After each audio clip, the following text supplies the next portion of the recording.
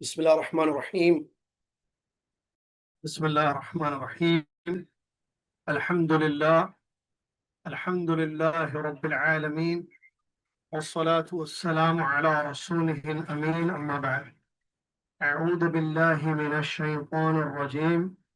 بسم الله الرحمن الرحيم.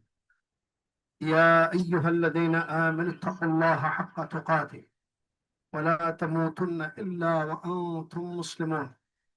يا أيها الناس اتقوا ربكم الذي خلقكم من نفس واحدة وخلق منها زوجها وبث منهما رجالا كثيرا ونساء، واتقوا الله الذي تساءلون به والأرحام إن الله كان عليكم رقيبا. يا أيها الذين آمنوا اتقوا الله وقولوا قولا سديدا يصلح لكم أعمالكم ويغفر لكم ذنوبكم، ومن يطع الله ورسوله فقد فاز فوزا عظيما. بسم الله الرحمن الرحيم. الحاقة ما الحاقة وما أدراك ما الحاقة كذبت ثمود وعاد بالقارعة فأما ثمود فأهلكوا بالطاغية. تمام تعریف اللہ تبارک و تعالیٰ کے لیے ہے، جس اللہ تبارک و تعالیٰ نے ہماری ہدایت کے لیے آسمان سے قرآن مجید کو نازل فرمایا، جس قرآن کے ذریعے ہم سب کو ہدایت نصیب ہو۔ ہم جس قدر اس کی بڑائی بیان کریں گے، جتنی تعریف بیان کریں گے وہ کم ہے۔ ہم اس کی حمد و ثنا میں، اس کی تعریف میں وہ دو کلمات پڑھیں گے جو اس کو بہت پسند ہے اور ہمارے لیے بڑے مفید۔ سبحان اللہ و بحمدہ، سبحان اللہ العظیم۔ صلاۃ و سلام اس کے بعد پیارے نبی امام الانبیاء محمد الرسول اللہ صلی اللہ علیہ وسلم کی ذات گرامی پر، جن پر قرآن مجید کا نزول ہوا، جنہوں نے اپنی امت کو توحید کی دعوت دی، شرک سے ڈرایا، اور جن چیزوں پر ایمان لانے کی تاکید فرمائے، ان میں سے ایک دن قیامت کا دن ہے۔ اللہم صلی علی محمد وعلی آل محمد کما صلیت علی ابراہیم وعلی آل ابراہیم انک حمید مجید۔ اللہم بارک علی محمد وعلی آل محمد کما بارکت علی ابراہیم وعلی آل ابراہیم انک حمید مجید۔ حمد و صلات کے بعد آج 26 ربیع الاخر 1447 ہجری مطابق 18 اکتوبر 2025 عیسوی، آپ تمام طلاب و طالبات کی خدمت میں یہ قرآن مجید کا درس لائیو زوم پر پیش ہے، IGEOC کویت ادارے کی جانب سے۔ الحمدللہ اس درس قرآن میں جو اردو زبان میں پیش ہے آپ کی خدمت میں، 29ویں پارے کی سورتوں کی تفسیر چل رہی ہے۔ الحمدللہ 29ویں پارے کی پہلی سورہ سورۃ الملک اور دوسری سورہ سورۃ القلم ہم نے پڑھ لی۔ آج سے ایک تیسری سورہ ہم پڑھنے جا رہے ہیں اور وہ ہے سورۃ الحاقہ۔ بڑی عظیم یہ بھی سورہ مبارکہ ہے۔ یہ سورہ مکی سورہ ہے اور اس میں 78 آیتیں ہیں جو انشاءاللہ ہم پڑھیں گے۔ بچوں کو خاموش بٹھائیں۔ اس سورہ کا نام سورہ حاقہ ہے اور یہ قیامت کے ناموں میں سے ایک نام ہے۔ پہلے ترجمہ آپ کی خدمت میں پیش ہے، اس کے بعد تفسیر بھی دی جائے گی۔ اللہ رب العالمین نے فرمایا الحاقہ، ہو کر رہنے والی، ثابت ہونے والی، واجب ہونے والی۔ ملحاقہ، کیا ہے ثابت ہونے والی یا واجب ہونے والی؟ وما ادراک ملحاقہ، کیا آپ کو پتا ہے کہ یہ ثابت ہونے والی کیا ہے؟ کذبت ثمود وعاد بالقاریہ، قوم ثمود نے اور قوم عاد نے کھٹکھٹانے والی کا انکار کیا. فَأَمَّا ثَمُودُ فَأُهْلِكُوا بِالطَّاغِيَةِ، تو جو قوم سمود تھی وہ حد سے بڑی جانے والی آواز کے ساتھ ہلاک کر دیے گئے. اللہ تبارک و تعالیٰ نے اس کے بعد وَأَمَّا عَادٌ فَأُهْلِكُوا بِرِيحٍ صَرْصَرٍ عَاتِيَةٍ سَخَّرَهَا عَلَيْهِمْ 7 لَيَالٍ و8 أَيَّامٍ حُسُومًا فَتَرَى الْقَوْمَ فِيهَا صَرْعَىٰ كَأَنَّهُمْ أَعْجَازُ نَخْلٍ خَاوِيَةٍ. قوم سمود کی ہلاکت کا ذکر کرنے کے بعد اللہ عز و جل قوم عاد کے بارے میں بیان فرما رہا ہے. وَأَمَّا عَادٌ فَأُهْلِكُوا بِرِيحٍ صَرْصَرٍ عَاتِيَةٍ، جو قوم عاد تھی وہ سخت ٹھنڈی تیز و تند آندھی کے ساتھ ہلاک کر دیے گئے. اور یہ آندھی، یہ سخت ہوا، سخرها علیہم 7 لیال و8 ایام، جو ان پر 7 راتیں اور 8 دن مسلسل چلتی رہی. حسوماً، ان لوگوں کو زمین پر اس حسوماً فتر القوم فیہا صرعا کأنہم اعجاز نخل خاویہ. اللہ تبارک و تعالیٰ فرماتا ہے یہ قابو میں آنے والی ہوا نہیں تھی، اور یہ ہوا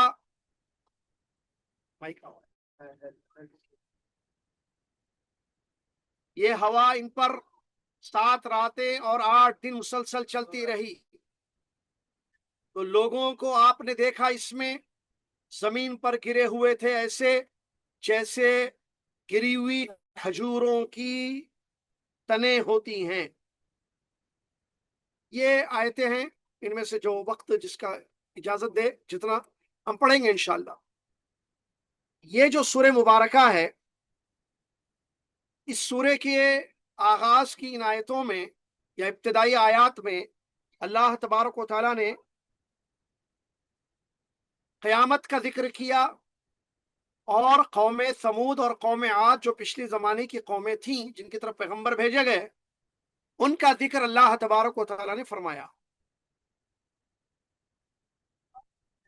الحاقہ یہ قیامت کی ناموں میں سے ایک نام ہے. حق یحق کا معنی ہوتا ہے ثابت ہونا، واجب ہونا. دراصل یہ قیامت کا نام ہے. قیامت کے کئی نام ہیں، اور میں نے اس سے پہلے دروس میں آپ کو بتایا تھا کہ قیامت کے بہت سارے نام ہیں، اور عربی زبان میں یا عربوں میں جس چیز کی اہمیت زیادہ ہوتی، جو بڑی چیز ہوتی، اس کے نام بھی بہت زیادہ ہوتے. بالکل ایسے ہی قیامت کے بھی وہ سب سے اوپر والا، ہاں وہ اسی طریقے سے قیامت کے بھی بہت سارے نام ہیں، اس لیے کہ یہ بہت بڑی چیز واقع ہونے والی ہے. الواقعہ قرآن کا الواقعہ، القارعہ، الحاقہ، الساعہ، یوم القیامہ، یوم الدین، یہ اور اس جیسے بہت سارے نام ہیں. سورہ مختلف صورتوں میں، مختلف آیات میں. کیوں؟ اس لیے کہ قیامت بہت بڑی چیز ہے جو واقع ہونے والی ہے. اس دن بڑی چیزیں ہوں گی، بندوں کا حساب لیا جائے گا، بدلے دیے جائیں گے. دنیا میں جو کچھ کیا انسان نے، اس کا پورا پورا اس کو حساب دینا ہوگا.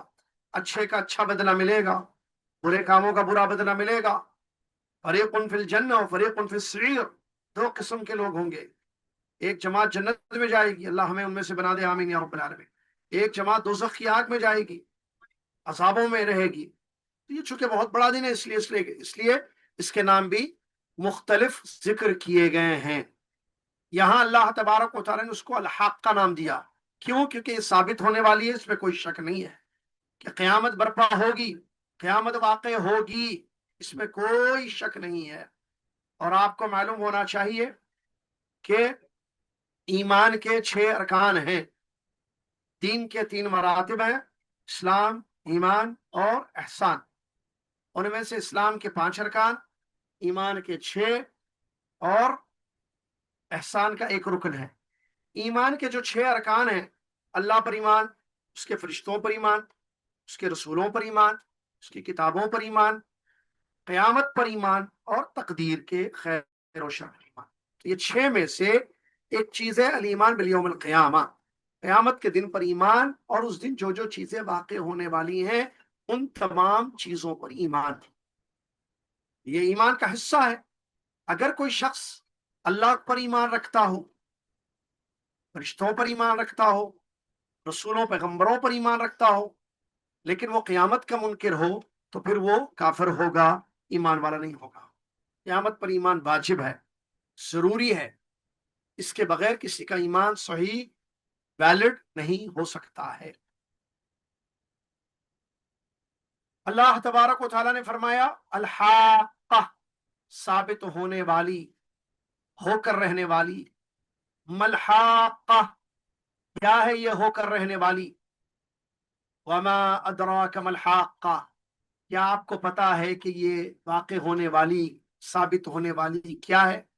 یہ دراصل ایک اسلوب ہے بلاغت کا، یہ عربی زبان کا ایک انداز ہے کہ کسی چیز کی اہمیت کو بتانا ہو تو اس طریقے سے سوال کیا جاتا ہے، استفہام۔ وما ادراک ملحاقہ، یہ قرآن کی بہت ساری آیتوں میں آپ دیکھیں گے، وما ادراک، وما ادراک، وما ادراک، بہت ساری جگہ ہے۔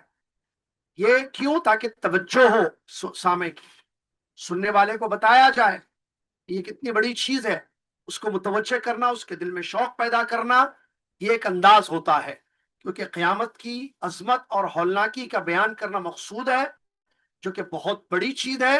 اسی لیے توجہ مطلوب کے توجہ دلائی گئی ہے سوال کی شکل میں، وما ادراک ملحاقہ، کیا آپ کو پتا ہے نبی صلی اللہ علیہ وسلم، کیا تمہیں معلوم ہے، کیا آپ کو معلوم ہے ملحاقہ، یہ ثابت ہونے والی یا واقع ہونے والی قیامت کیا چیز ہے؟ اس کے بعد اللہ تبارک و تعالیٰ نے چوتھی آیت میں بیان فرمایا کذبت ثمود وعاد بالقارعہ، ثمود اور عاد نے کھٹکھٹانے والی، قارعہ، قرا یقرؤ، کھٹکھٹانا، نوک کرنا، جیسے کہتے ہیں قرا الباب، عربی میں کہتے ہیں نوک کرنا، ڈور نوک کرنا، تو آدمی زور زور سے مارتا ہے اگر دروازہ نہ کھولا جائے تاکہ اندر والے سن کر دروازہ کھول دیں۔ تو قرا یقرؤ کا معنی کھٹکھٹانا یا نوک کرنا زور سے۔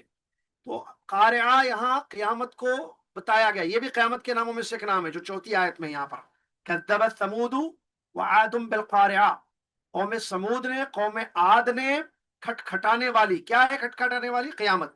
تو قیامت کے دن کو چھٹلایا، یہ بھی قیامت کے ناموں میں سے ایک نام ہے، کیونکہ جب قیامت آئے گی تو ایک خطرناک آواز زور سے، جیسے دروازہ مارنے کی آواز ہوتی ہے ویسے آئے گی، اور آپ دیکھیں جب دروازہ زور سے مارا جاتا ہے، قرع یقرؤ جو کہا جاتا ہے، تو آدمی جو ہے پریشان ہو کر اٹھ کر بھاگ کر آتا ہے دروازہ کھول کے، آخر کیا ہو گیا، کیوں اتنی زور سے دروازہ کھٹکھٹایا جا رہا ہے؟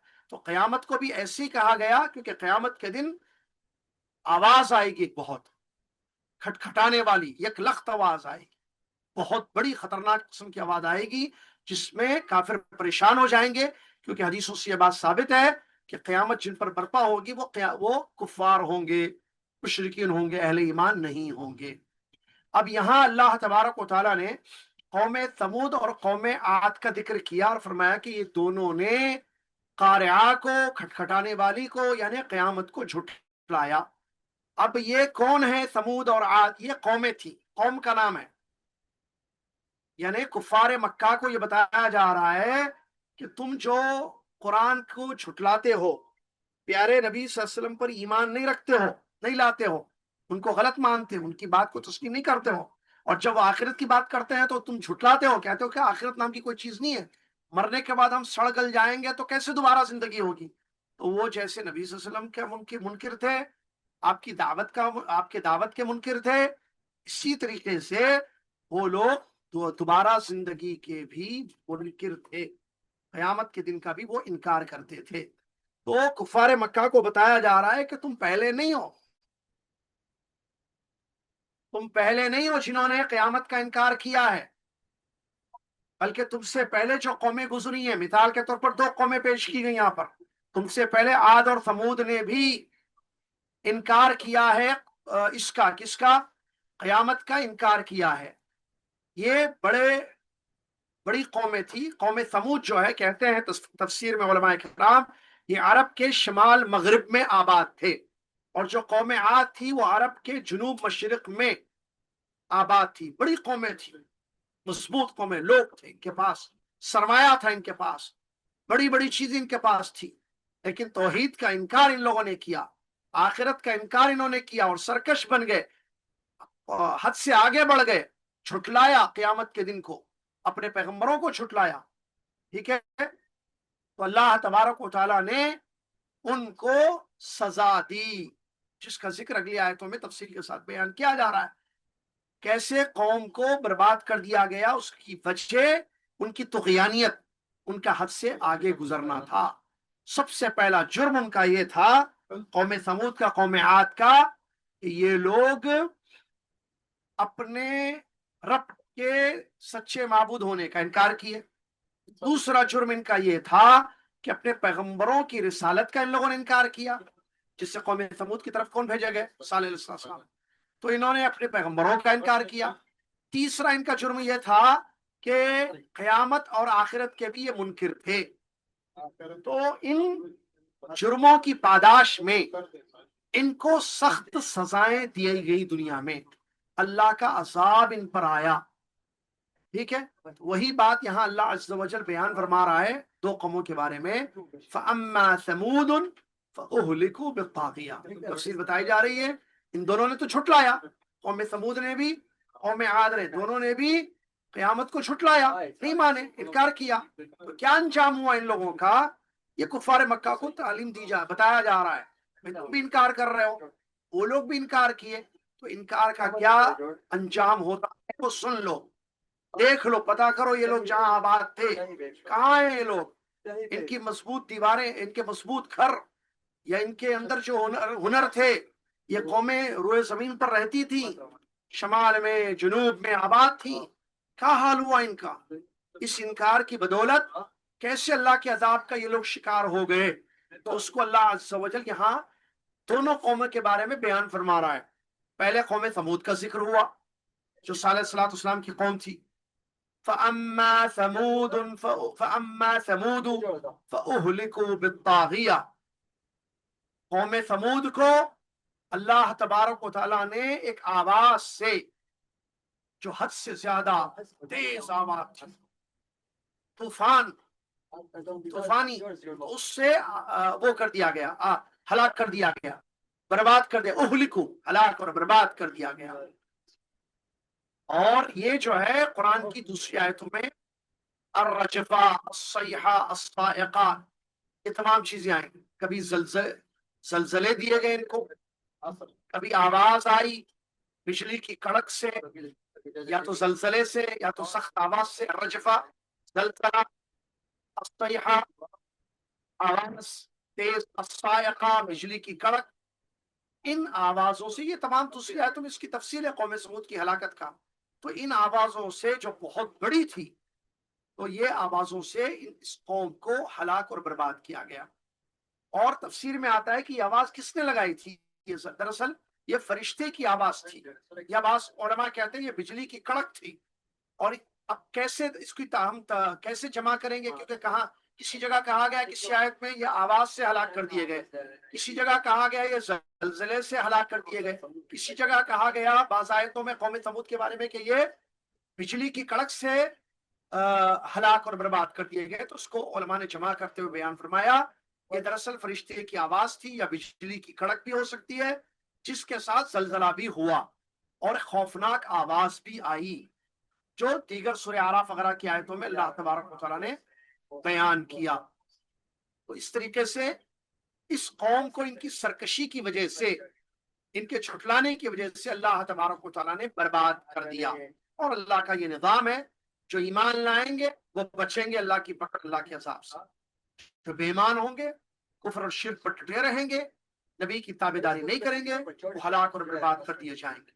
قوم سمود کا بہت مختصر یہاں ذکر کیا جا رہا ہے، تفصیل جو ہے دیگر صورتوں میں بیان کی گئی جیسے سورہ انعام وغیرہ کی آیت۔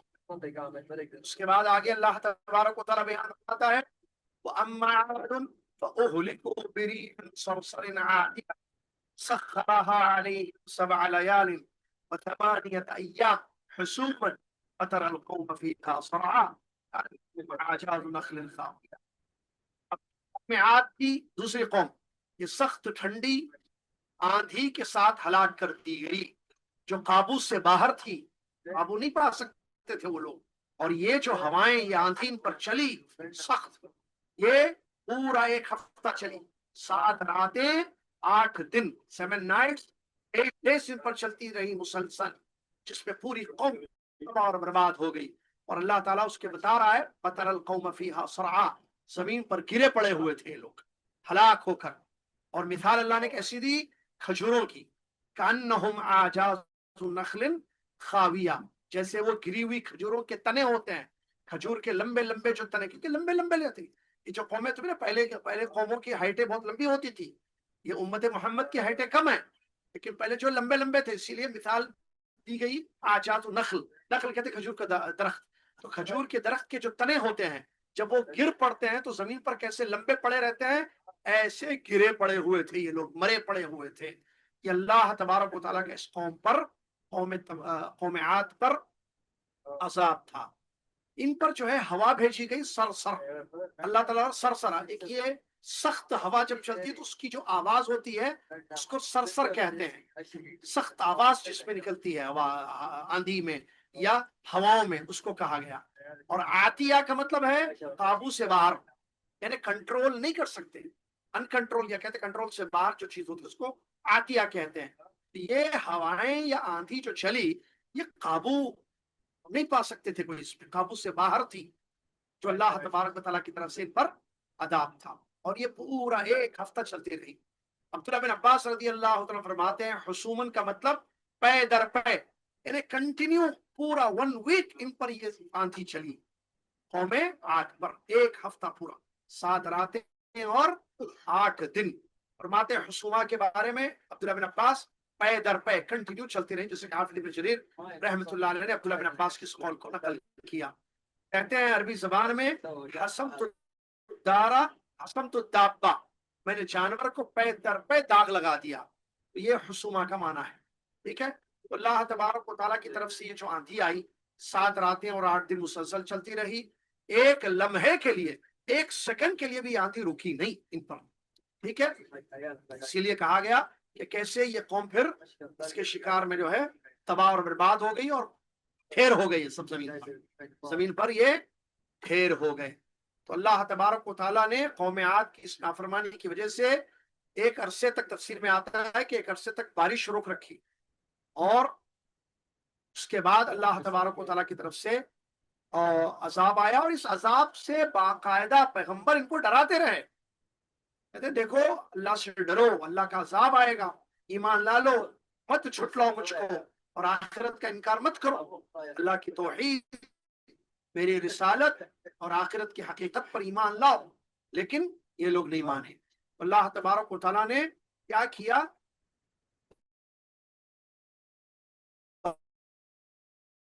بارش روک دی پر پہلے، ٹھیک ہے، بارش روک دی، تو تفسیر میں آتا ہے، دیگر آیتوں میں بھی اس کا ذکر موجود ہے، جب بارش روکی کیوں؟ کیونکہ یہ جب پیغمبر ان کو دعوت دیتے تھے اور اللہ کے عذاب سے ڈراتے تھے تو یہ لوگ کہتے تھے بھائی تم بار بار ڈراتے ہو اللہ کے عذاب سے، اللہ کا عذاب آئے گا، اللہ ٹھیک ہے لے کر آؤ عذاب، بولو اللہ کو عذاب نازل کرے۔ تو جب عذاب بادل کی صورت میں نازل ہوا، خوب بادل آنے لگے، ان کی وادیوں کی طرف وہ بادل بڑھنے لگے، تو یہ قوم عاد خوش ہو گئے اور بولے دیکھو اتنے دنوں سے بارش نہیں ہو رہی تھی، خوب بارش ہوگی۔ لیکن ان کو بتایا گیا یہ جو تم خوش ہو رہے ہو بادل کو دیکھ کر اور سمجھ رہے ہو کہ یہ برسے گا تم پر، بارش ہوگی، نعمت ملے گی، نہیں، یہ ایسا بادل ہے جس میں تمہارے لیے عذاب ہے، جو مغرب کی طرف سے آنے والی تیز آندھی کی صورت میں تھا، اور وہ بادل جب برسا اور آندھی آئی تو ہر چیز کو تباہ کر دیا۔ سورہ احقاف کی آیتوں میں اس کا ذکر موجود ہے، 7 راتیں یہی آندھی چلتی رہی، اور 8 دن 7 راتیں اور 8 دن چلتی رہی. تو ان کی لاشیں پڑی ہوئی تھی بالکل کھجور کے کھوکھلے تنوں کی طرح. اہل ایمان کے علاوہ ایک شخص بھی باقی نہ بچا. سارے کافر، سارے مشرک تباہ اور برباد ہو گئے. تو اللہ تبارک و تعالیٰ نے، چونکہ مضبوط قوم تھی، بہت باڈی ان کی اچھی تھی، مطلب جسامت والی قوم تھی یہ، تو اللہ تبارک و تعالیٰ نے اس لیے مثال دیتے ہوئے کہا کہ یہ لوگ جو ہے یہ کیا کہتے ہیں اس کو، کھجور کے کھوکھلے تنوں کی طرح گرے پڑے تھے، ان کی لاشیں پڑی ہوئی تھی. تو یہ بات جو ہے قرآن کی آیتوں میں اللہ تبارک و تعالیٰ نے بیان فرمائی.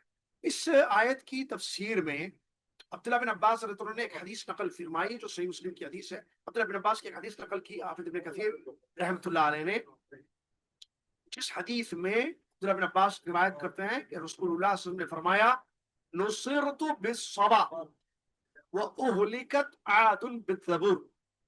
صحیح بخاری شریف کی حدیث ہے اور صحیح مسلم یعنی متفق علیہ روایت ہے.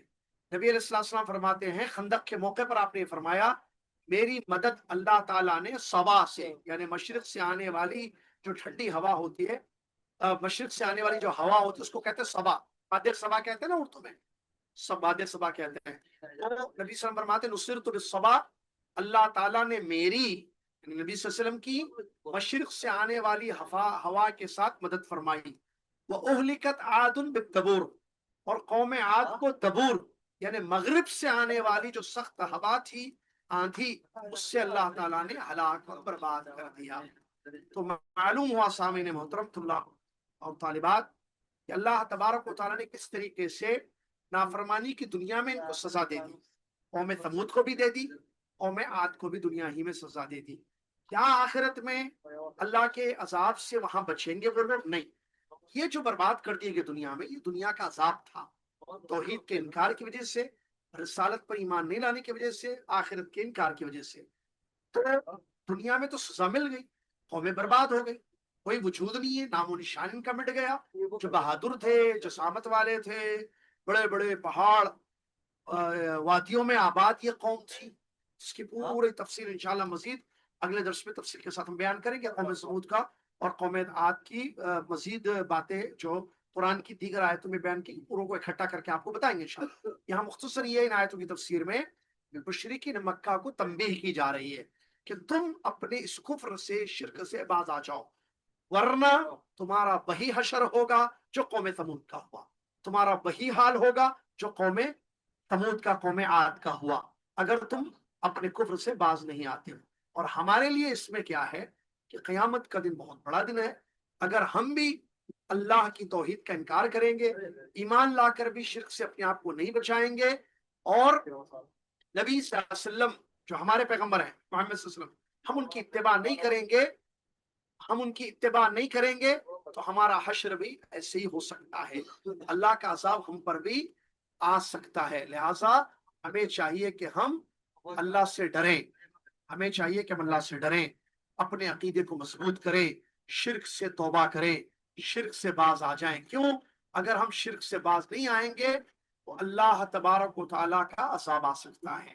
اگر ہم نبی صلی اللہ علیہ وسلم کی سنت سے، سنت کی مخالفت سے باز نہیں آئیں گے تو اللہ تبارک و تعالیٰ کا عذاب ہم پر بھی آ سکتا ہے، کیونکہ قرآن کی آیتوں میں ڈرایا گیا ہے کہ جو نبی کی مخالفت کریں گے ان کا کو عذاب آئے گا. ابھی ہم مدینہ سے نکل رہے ہیں، دیکھیے مسجد نبوی یہاں کا ایک واقعہ بتا کر